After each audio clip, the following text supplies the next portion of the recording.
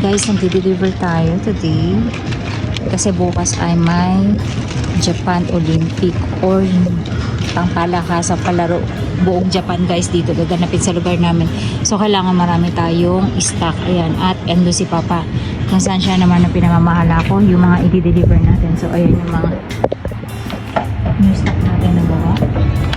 Ayan. So ayan, mga panibago natin gawa. Pwede rin kayo order nito guys. Ang benta ko lang yan is 1,500 yen. Ayan, 1,480. Pwede kayo maglagay ng quotes or ng Bible verse. Pwede nyo pang gift sa Pasko. Ayan. Meron tayong mga ayan. Ito yung ating mga tawag ito. Chopping board. Ayan yung ating mga frame, mga bagong deliver yan. Naubos na yung mga una nating batch. And then may malaki tayo niyan, which is 2,300 yen. Ito naman ay ayan, 2,300 yen. Best gift din yan guys. Pwede din pang souvenir. Pwede nyo siyang lagyan ng Bible verse. And then ito yung bago nating multipurpose. So sir, mas malaki siya kumpara dito. Ito kasi maliliit lang.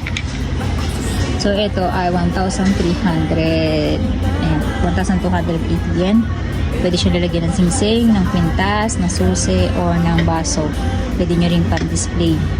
So may nabibiling maliit na stand na ganito guys. Pwede nyo siyang gamitin. Souvenir din kasi. Pagka-cup saucer natin. Ito ay 890. Actually mali na to, 890. Tumaas sa impression natin guys. Tapos ito yung ating mga bagong gawa. Ayan. So, nandiyan pa din sila. Hoping bukas wala na sila dyan. Yung mga stock natin na nasa taas, naubos na. Ito na lang yung natitira itong dalawa na to. Tapos, itong heart natin ay deliver natin dyan ay mga 6 na piraso, 7 piraso. So, meron na lang tayong 3. Dalawa yata. Ay, 3 ay yung isa. So, ito bakanting may gustong umupa. Pero since wala, dyan muna nilagay yung iba kong items. Ayan. Dyan ako dati nag-start ng pwesto. Ngayon, dahil maganda yung sales natin, so nilagay na tayo dito sa pwesto na may spotlight pa, diba? So ang kukwento ko sa inyo next time kung paano ako nag-start magbenta sa ganito. And then ito naman multipurpose din natin na plato. So pang entrance din yan, lagay ng susi, lagay ng alahas nyo, multipurpose din siya.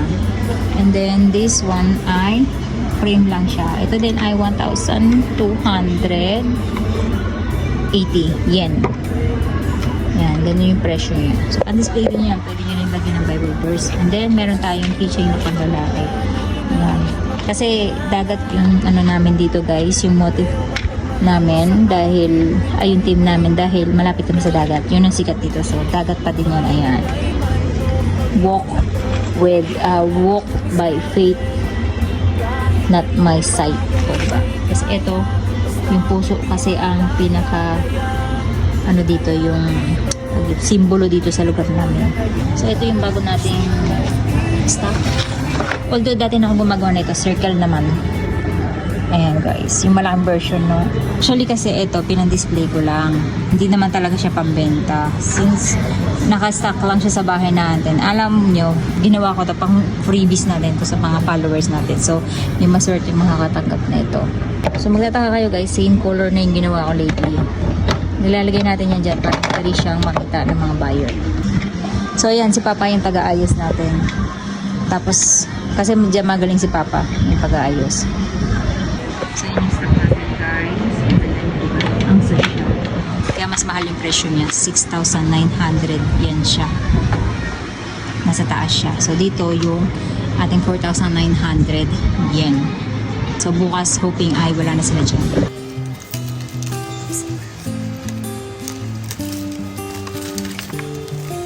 Guys, ganyan yung ating setup today. Tapos, ayan yung lola niya sa taas. Nasa tayo. Paliwanag. Siyan, punang-puno tayo ng stock today. Ayan. 2 gabi natin pinag-print.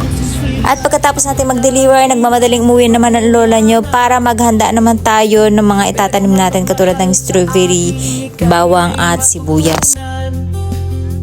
Mag-farming daiman o pagluto, halina't dumiskarte. Kahit anong bagay ay kaya, basta magtiwala ka. Kaya dito na kayo kay Sweet Life TV everyday.